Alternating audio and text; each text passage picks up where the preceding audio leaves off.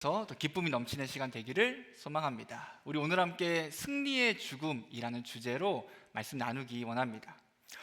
여러분 필사즉생, 필생즉사라는 말 아십니까? 우리 한번 보시면 필사즉생, 필생즉사, 이게 반드시 죽고자 하면 살고 반드시 살고자 하면 죽는다라는 말이거든요.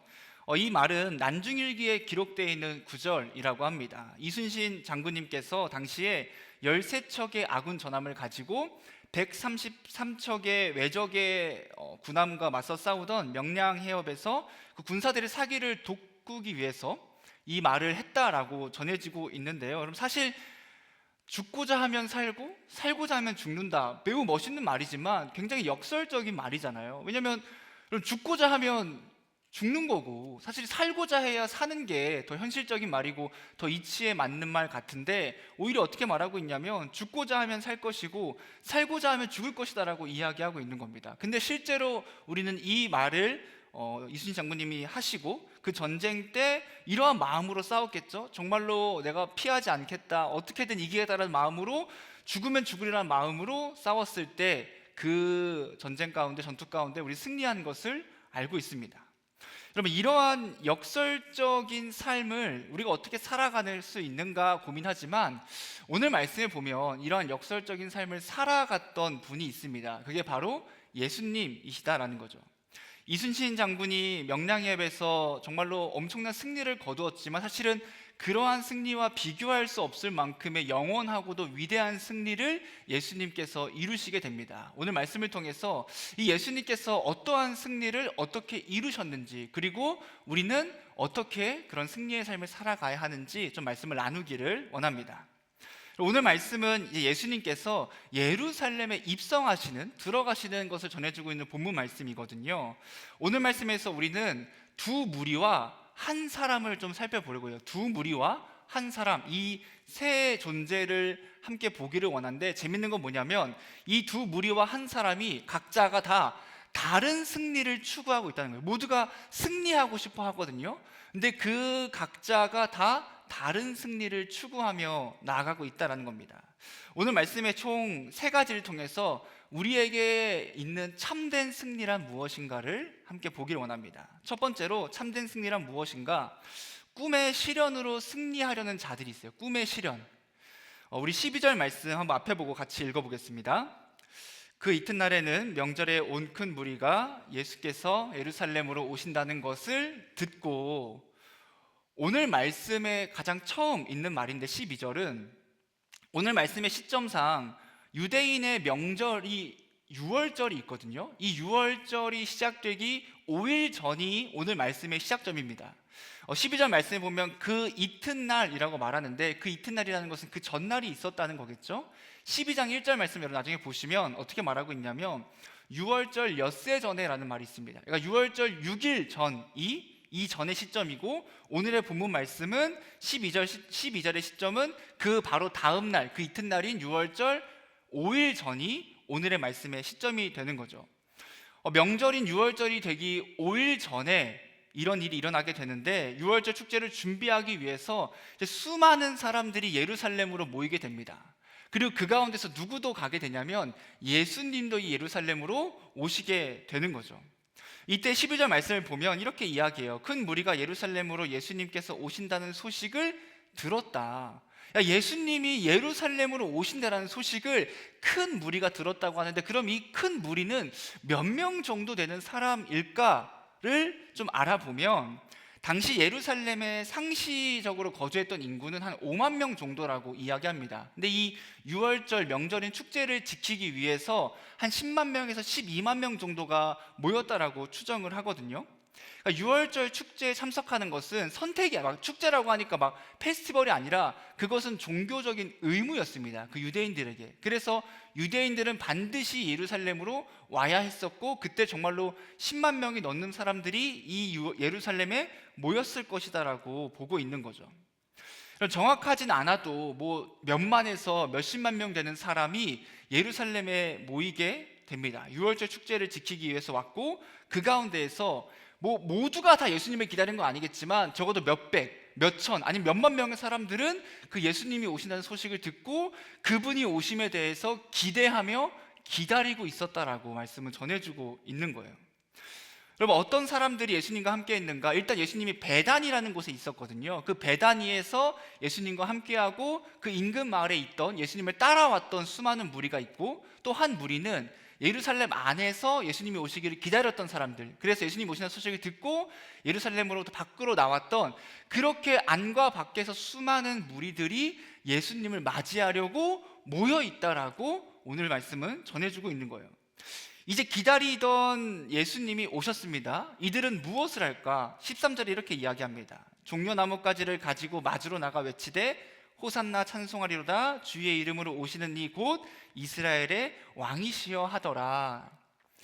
여러분, 이들은 행동과 말로써 예수님의 오심을 열렬하게 환영하거든요. 먼저 행동으로 보자면 어떤 행동을 하냐면 종려나뭇가지를 가지고 와서 그 나뭇가지를 흔들면서 예수님의 입성을 환영하고 있는 거죠. 여러분, 종려나뭇가지는 어떤 거냐면 야자수 잎 같은 거거든요.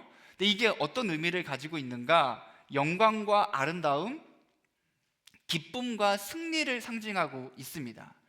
근데 중요한 건 무엇이냐면 지금 종려나뭇가지를 흔드는데, 사실은 구약 성경을 보면 유월절 때 종려나뭇가지를 흔드는 게 나와 있지 않습니다. 사실은 유월절 때 하는 문화는 그런 모습은 아니라는 거죠. 근데 그럼에도 불구하고 왜 이 유월절이 다가올 그때에 그 수많은 사람들이, 그 순례자들이 예수님께 그 종려나뭇가지를 흔들었을까? 그것은 사실 이들에게 있는 깊은 정치적인 의도와 소망이 담겨 있는 그런 행위였습니다. 지금 유대의 백성들은 예수님을 바라보면 사실은 기대하는 바가 있어요. 그들이 원하는 바가 있거든요. 이들이 예수님을 어떻게 보고 있냐면, 그때로부터 200년 전에 마카비라고 하는 인물이 있습니다. 지금 그 인물을 예수님께서 투영해서 바라보고 있는 건데, 이걸 좀 알기 위해서는 이스라엘의 역사를 좀 알아야 하는데 제가 좀 설명을 해드릴게요. 예수님이 오시기 전, 즉 말라기 선지자가 죽고 예수님이 이 땅에 초림하시기 전까지 그 중간에 선지자들이 없었던, 즉 하나님의 그런 말씀이 없었던 시대가 있었습니다. 그걸 우리는 신구약 중간기라고 부르거든요.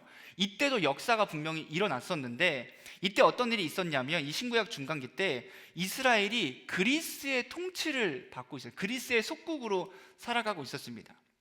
그때 BC 220년경에 에피파네스라고 하는 별칭을 가진 안티오쿠스 4세 왕이 있었는데, 이때 좀 심각한 문제가 일어나요. 이 안티오쿠스 4세가 유대교에 대한 핍박이 극심했다고 합니다. 어떻게 핍박을 했냐면 희생제사를 금지시키고 안식일과 절기를 지키는 것과 할례를 금하고 율법의 사본들을 파기하고 성전 안에 그리스 신의 제단을 세우고 불결하게 여겼던 돼지피를 성전에 뿌리는 등 이 유대인들을 핍박하고 엄청나게 박해했던 모습들이 있었다라는 거예요. 그래서 유대인들이 어떻게 하냐면 막 분노가, 참고 참다가 분노가 끌어올라서 봉기를 일으키게 됩니다. 근데 너무 특이하게도 그 봉기가 성공을 하는 거예요. 그래서 이 이스라엘이 독립을 하게 됩니다. 그러니까 봉기를 너무 이제 화가 나서 봉기를 일으켰는데 성공해서 그리스로부터 독립을 하게 돼요. 이 봉기를 누가 이끄냐면 하스본 가문에 속한 제사장 마따디아라는 인물과 그 마따디아의 5 아들이 있습니다. 그 가문이 이 봉기를 주도해서 일으켰는데, 이 봉기가 성공해서 100년 동안 외세의 그런 억압 없이 독립된 그런 나라로 살아가게 되고, 이 봉기를 일명 마카비 혁명이라고 부릅니다. 왜 마카비 혁명이냐면 마따디아의 5명의 아들 중에 셋째 아들이 굉장히 특출났다고 해요. 그 셋째 아들 이름은 유다인데, 이 유다가 중심이 돼서 혁명을 성공시켰는데 그 유다의 별명이 쇠망치이고 그거를 마카비라고 부릅니다. 그래서 이 유다의 별명이 쇠망치를 뜻하는 마카비였고, 마카비라 불렸고, 그래서 마카비 혁명이라고 이야기하는 겁니다. 근데 안타까운 건 무엇이냐면 결국에 이스라엘이 그 독립이 영원히 지속되지 못한다는 거예요. 저 변방에 조용히 있던 로마가 세력을 확장하고 BC 63년에 폼페이우스 장군이 예루살렘의 성을 함락하게 되고, 결국은 다시 한 번 더 그 유대 땅은 이제는 로마의 통치 아래서 살아가게 됩니다. 약 100년 동안의 독립되었던 나라의 모습이 다시 끝나고 또다시 로마라는 곳에 속국으로 살아가고 있고, 오늘 말씀이 바로 그렇게 로마의 통치 아래서 속국으로 살아가고 있는 그 이스라엘의 모습을 보여주고 있는 거죠. 그럼 유대인들은 그렇다면 지금 무엇을 바라고 기대하고 있을까? 그들이 소망하는 게 무엇일까? 바로 다시 독립하는 그날, 다시들의 자신의 나라들이 독립하는 그날을 꿈꾸고 기대하고 있고, 그것을 이루는 자를 메시아라고 바라보고 있습니다. 그리고 그 메시아를 누구로 보고 있냐면 저 예수가, 그 예수 그리스도가 바로 우리를 이 억압과 이 핍박에서 해방시켜줄 메시아라고 바라보고 있는 거죠.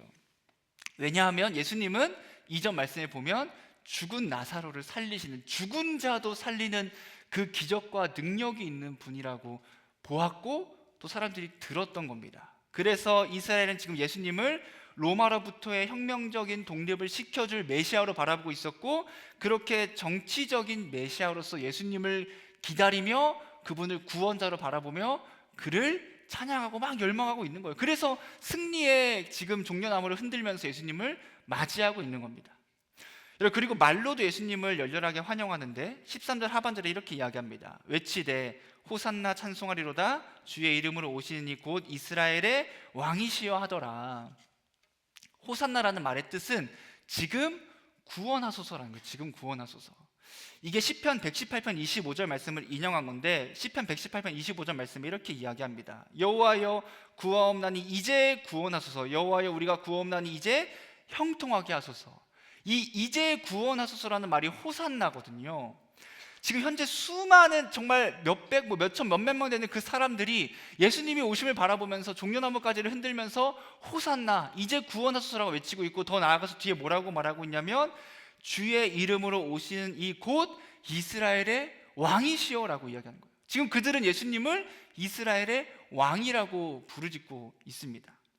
결국 이들이 예수님을 열렬하게 환영하고 찬양하고 있는 그 이유, 그 동기는 무엇이냐면 자신들의 그 민족적인 소망을 이루어 줄 사람으로서 예수님을 바라보고 있는 겁니다.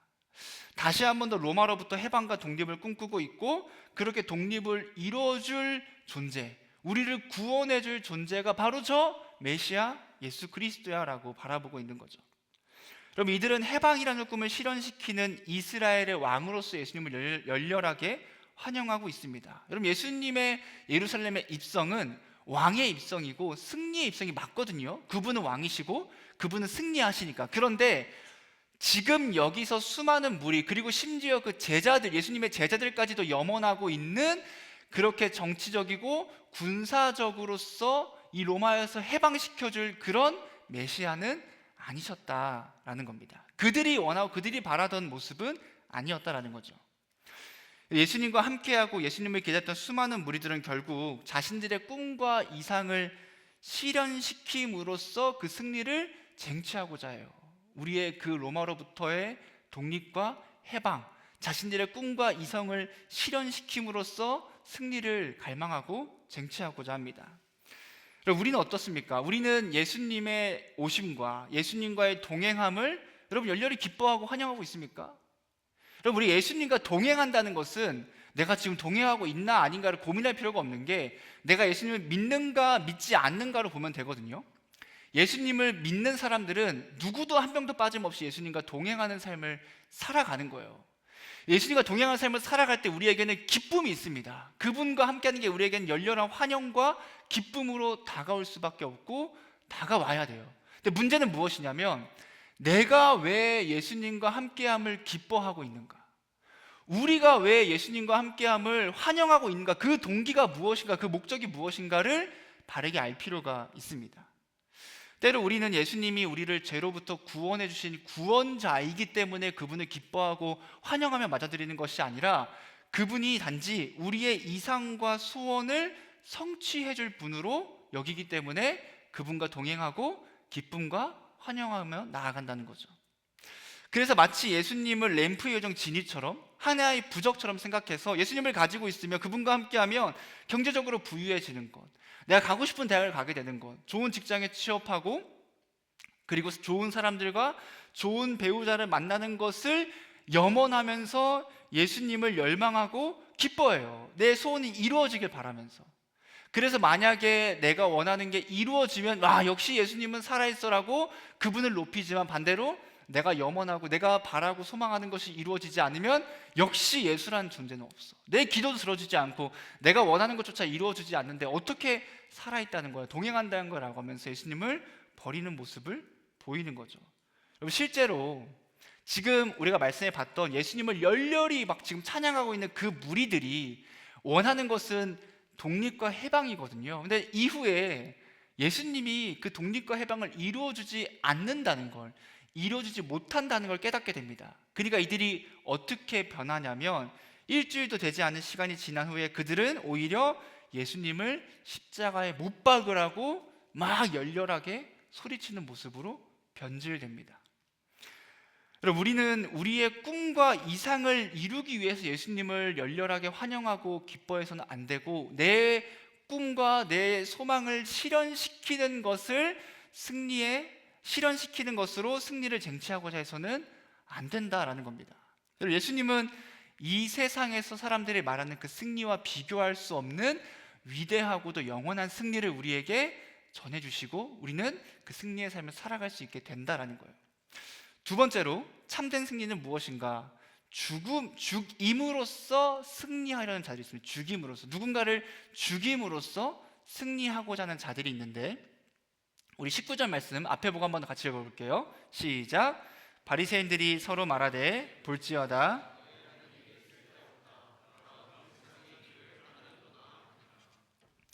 오늘 본문 말씀의 마지막 구절이죠. 이것은 예수님을 죽이고자 했던 그 바리새인들이 했던 말입니다. 두 번째 무리는 바리새인들인데, 수많은 무리가 예수님을 열렬히 환영하는 것을 보면서 낙담하는 자들이 생깁니다. 그들이 바로 바리새인들, 그 중에서 예수님을 죽이려고 했던 그 유대인 지도자들이 그 모습을 보고 망연자실해요. 왜냐하면 지금 바리새인들은 군중들의 모습을 반응들을 지켜보고 있거든요. 근데 이 수많은 사람들이 예수님을 막 찬양하고 막 높이고 하고 있는 거예요. 그러니까 그들은 예수님의 인기가 높아지고 자신들의 입지가 좁아지는 것을 못마땅하게 여겼지만, 이미 예수님을 죽이려고 하는 모든 계획과 마음을 다 먹고 세웠지만, 지금 군중들을 보니까 이거 안 되겠다, 우리 예수 못 죽이겠다, 우리 계획 다 실패한 것 같아 라면서 약간 포기하는 듯한 그런 모습을 보입니다. 이들은 어떻게 승리를 쟁취하고자 하냐면 예수를 죽임으로써, 예수님을 죽임으로써 그 승리를 쟁취하고자 하는 사람들입니다. 여러분, 이 바리새인들의 모습은 오늘날 예수님을 믿지 않는 사람들의 모습과 참 비슷한 것 같아요. 예수님을 믿지 않는 사람들은 세상 가운데 어떻게 승리하고자 할까? 어떻게 승리를 얻고자 할까? 오늘날 세상에서 승리하는 것은 좀 높아지는 거죠. 높아지는 것, 더 많은 돈을 버는 것, 더 똑똑해지는 것, 더 큰 명예와 권력을 가지고 있어서 다른 사람들 위에 군림해 있는 것을 우리는 승리라고 이야기합니다. 그래서 여러분, 치열한 경쟁 가운데 살아가잖아요, 우리가. 근데 치열한 경쟁 가운데 뭘 하죠? 다른 사람을 짓밟고 무너뜨리고 그 사람들을 죽이면서까지 올라가고, 때론 사기를 치고 상대방의 존엄성을 무너뜨리고, 때론 진짜 그 생명을 뺏으면서까지 더 높이 올라가서 그것을 승리라고 하며 그 승리를 얻고자 하는 삶을 살아간단 말이에요. 여러분, 칠세고시라고 작년부터 유행했던 말들인데, 칠세고시 들어본? 칠세고시? 그러니까 7살들이 고시를 치른다라는 거거든요. 칠세고시란 7살 아이들이 대치동에 있는 빅3, 빅5라고 불리는 초등 어학원에, 그러니까 학원에 들어가기 위해서 치르는 레벨 테스트라고 합니다. 근데 너무 어려워서 고시라는 말이 붙었대요. 그러니까 7살짜리 아이들이 대학교 가기 위해서 시험 보는 것도 아니고 유명한 어학원에 들어가기 위해서 시험을 치르는데, 또 그 학원에 들어가기 위한 시험을 공부하기 위해서 4살 때부터 또 학원을 다닌대요. 그래서 4세고시, 7세고시 이런 말이 나오고 있는데, 여러분, 왜 7살밖에 안 된 아이들이, 그리고 왜 그때부터 더 좋은 학원을 다니려고 막 애쓰고 있는 걸까? 왜 그렇게 하는 걸까? 부모 입장에서 이 아이를 패배자로 만들고 싶지 않은 거죠. 승리한 사람으로 만들고 싶은 거예요. 더 높은 곳에 올라가라, 더 좋은 대학에 가라, 더 좋은 직업을 가지고 더 많은 돈을 벌어라 하면서 그 아이가 패배자의 삶을 살아가는 것이 아니라 승리자의 삶을 살아가길 원하는 마음으로 그렇게 하는 겁니다. 여러분, 학교 폭력, 마약 유통, 보이스피싱과 같이 말도 안 되는 그런 일들이 왜 생겨납니까? 각자의 모양은, 방법은 다르지만 모두가 다 높아지기 위해서 하는 거죠. 때로는 폭력으로, 때로는 중독으로, 때로는 힘으로써 내가 더 높은 곳을, 더 많은 돈을, 더 우월한 위치를, 더 큰 권력을 갖기 위해서 이런 일들을 저지르는 겁니다. 다른 사람들의 건강과 마음과 그들의 삶 따위는 안중에 없는 거죠. 왜? 내가 높아지기 위해서는 누군가를 깔아뭉개야 되고, 누군가를 절벽 밑으로 떨어뜨려야 되고, 내가 높아질 수만 있다면 다른 사람들의 삶 따위는 무시하는 모습을 보이는 겁니다. 그리고 어떤 청년이 신방하다가 좀 얘기해 줬는데, 자신이 군대에 갔을 때 보이스 피싱범이 같이 훈련소에 들어왔대요. 그래서 아니, 범죄자는 어떻게 들어왔냐? 군사 재판을 받아서 형량을 낮추기 위해서 군대에 들어왔다고 하더라고요. 보이스피싱 범인데 꽤 뭐 유명해서 뭐 하나 보이스피싱 범인, 어쨌든 보이스피싱 범인데 그 사람의 어떤 특징이 있었다라고 합니다. 어떤 거냐면 그 사람은 약간 사회적으로 합의된 법을 잘 안 지킨다고 해요. 그러니까 여러분, 훈련소, 남성분들은 가본 분들은 아시겠지만 훈련소는 상당히 무서운 곳이거든요.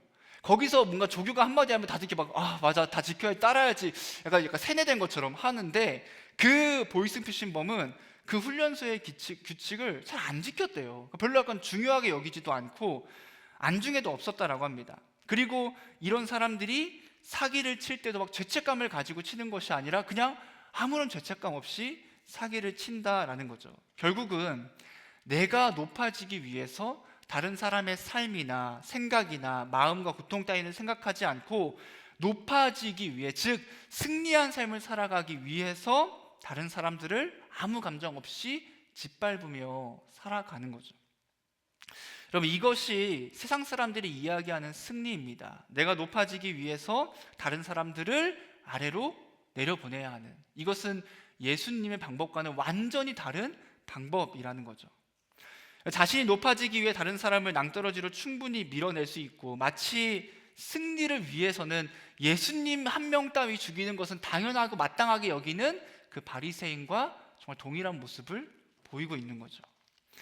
예수님을 믿는 우리는 이러한 이기적인 승리를 지향해서는 안 된다라는 거예요. 근데 그럼에도 불구하고 우리 가운데서 사실 이런 모습을 보일 때가 있습니다. 더 높아지고 싶고, 더 우월해지고 싶고, 더 많은 돈을 얻고, 내가 더 높은 곳에 올라가서 명예와 권력을 얻는 것이 패배자의 삶이 아니라 승리자의 삶이고 성공한 삶이라고 우리도 생각하면서 죄악을 지으면서까지 더 높은 곳에 올라가려고, 때로는 예수님은 완전 뒷전으로 여기고, 예수님은 뭐 안중에도 없고 그냥 세상에서 승리하기 위해서 살아가는 그런 그리스도인들도 분명히 있다라는 겁니다. 하지만 이것은 결국은 참된 승리가 아니라는 거예요. 우리는 우리의 방법대로, 세상의 방법대로, 예수님의 방법대로 승리하는 것이 아니라 결국은 예수님의 승리를 따르며 그 승리를 닮아가야 하는데, 벌써 세 번째가 나왔죠? 우리 세 번째 함께 보면 마지막입니다. 셋째로는 죽음으로써 승리하는 자. 그러니까 두 번째는 죽임으로써 승리하는 자지만 세 번째는 죽음으로써 승리하는 자가 있습니다. 우리 14절과 15절 말씀 한번 같이 읽어볼게요. 시작. 예수는 한 어린 나귀를 보고 타시니 이는 기록된 바 시온 따라 두려워하지 말라. 보라, 수많은 순례자들이 예수님의 입성을 환영하고 있었잖아요. 근데 그때 예수님은 자신의 그 메시아적 칭호가 약간 모순되고 정치적으로 악용되고자 하는 것을 막고 바로잡으려고 하십니다. 어떻게 바로잡냐면 예수님은 나귀 새끼, 그러니까 어린 나귀를 타고 예루살렘에 입성하시는 거죠. 이 모습은 스가랴 9장 9절의 성취였는데 이렇게 이야기합니다. 시온에 따라 크게 기뻐할지어다. 예루살렘에 따라 즐거이 부를지어다. 보라, 내 왕이 내게 임하시나니 그는 공의로우시며 구원을 베푸시며 겸손하여서 나귀를 타시나니 나귀의 작은 것 곧 나귀 새끼니라 라고 이야기합니다. 지금 예수님은 이 말씀을 성취하고 계신 거거든요. 사람들은 예수님을 이스라엘의 왕, 그분이 우리를 이 억압과 압제 속에서 구원해 줄 정치적인 군사적인 해방자라고 바라보고 열렬히 환영하고 있을 그때에 예수님께서 만약에 전쟁용 말, 저 휘황찬란하고 엄청난 말을 타고 왔다면 그 당시에 수많은 그 무리들이 그 정치적 열망이 막 폭동처럼 일어날 겁니다. 와, 진짜 우리가 이제 해보자라고 하면서 막 일어났을 텐데 예수님은 어떻게 하시냐면 그렇게 오시는 것이 아니라 그분은 겸손하여서 새끼 나귀를 타고 입성하게 됩니다. 아, 뭔가 열렬히 환영하고 막 일어나고 싶은데 나귀 얼마나 볼품 없습니까? 그 새끼, 심지어 새끼 나귀를 타고 예수님께서 입성하고 계신 거죠. 그분은 평화의 왕으로 오셨습니다. 전쟁용 말을 타거나 로마인에 대한 반란을 선동함으로써 정치적이고 민족주의적인 그 열망을 강화시킴으로써 승리하고자 하시는 것이 아니라 예수님 오히려 더 겸손하게, 더 낮아지고 그들의 마음을 잠잠하게 하시면서 승리의 입성을 이루신다라는 겁니다. 그럼 예수님은 어떻게 승리하십니까? 그분은 어떻게 승리를 이루십니까? 그분은 군사적인 혁명을 일으킴으로써 또는 다른 사람을 죽임으로써 승리하시는 것이 아니라 예수님은 자신이 죽음으로써 승리하십니다. 십자가에 못 박혀 죽음으로써 승리를 이루신다라는 거죠. 예수님의 승리는 굉장히 역설적이에요. 왜냐하면 죽어야만이 승리하거든요. 죽어야만이 승리할 수 있는 것이 예수님의 승리입니다. 그분이 죽어야만 완전하고 온전한 승리가 이루어지고 그분이 죽어야만 구원이 성취되고 그분이 죽어야만 우리가 구원받을 수 있어요. 여러분, 그것은 세상과는 완전히 다른 방법이에요. 세상은 사람들을 깔아뭉개고 내가 더 높이 올라가고 죽이면서까지 승리하고자 하지만 예수님은 내가 죽음으로써, 내가 더 낮아짐으로써 그 승리를 이루십니다. 오늘날 세상은 더 높아져야 하고 더 많은 사람들을 발 아래 두어야 한다고 이야기합니다. 그리고 우리도 그렇게 높아지고 더 많은 것을 원하고 더 우월한 삶을 살기를 원하거든요. 사실은 우리 모두가 다 그런 승리에, 그런 성공에 대한 열망이 있습니다. 하지만 예수님의 승리는 무엇이냐면 낮아지는 거예요. 그리고 때론 비참해집니다. 더 나아가서 자신의 목숨을 버리면서 다른 생명을 살리는, 그게 바로 예수님의 승리입니다. 그분은 자신의 목숨으로 말미암아 모든 원수들을 물리치고 온전한 승리를 이루시고 자신의 백성을 구원하십니다. 여러분, 우리가 추구해야 할 승리의 모습은 무엇이고 예수님께서 우리에게 원하고 바라고 말씀하시는 그 승리의 모습은 무엇인가 하는 겁니다. 우리가 이 땅에서 승리한 삶을 살아가고 싶잖아요. 승리한 삶을 살아가기 위한 방법은 딱 한 가지밖에 없습니다. 그게 무엇이냐면 예수밖에 없어요. 예수밖에. 여러분, 예수님을 믿음으로만 우리는 승리할 수 있다는 거예요. 내가 어떤 걸 뭘 하고 더 높이 올라가고 더 많은 돈을 얻고 권력과 명예와 좋은 집과 좋은 차, 이런 걸 통해서 승리한 삶을 살아가는 것이 아니라 오직 예수님으로 말미암아 우리는 승리할 수 있습니다. 왜냐하면 그분이 이미 십자가에 못 박혀 죽으시고 부활하심으로 승리하셨기 때문에 그분을 믿는 모든 자들이 그분의 승리를 동일하게 경험하고 승리한 자로 살아갈 수 있게 되는 겁니다.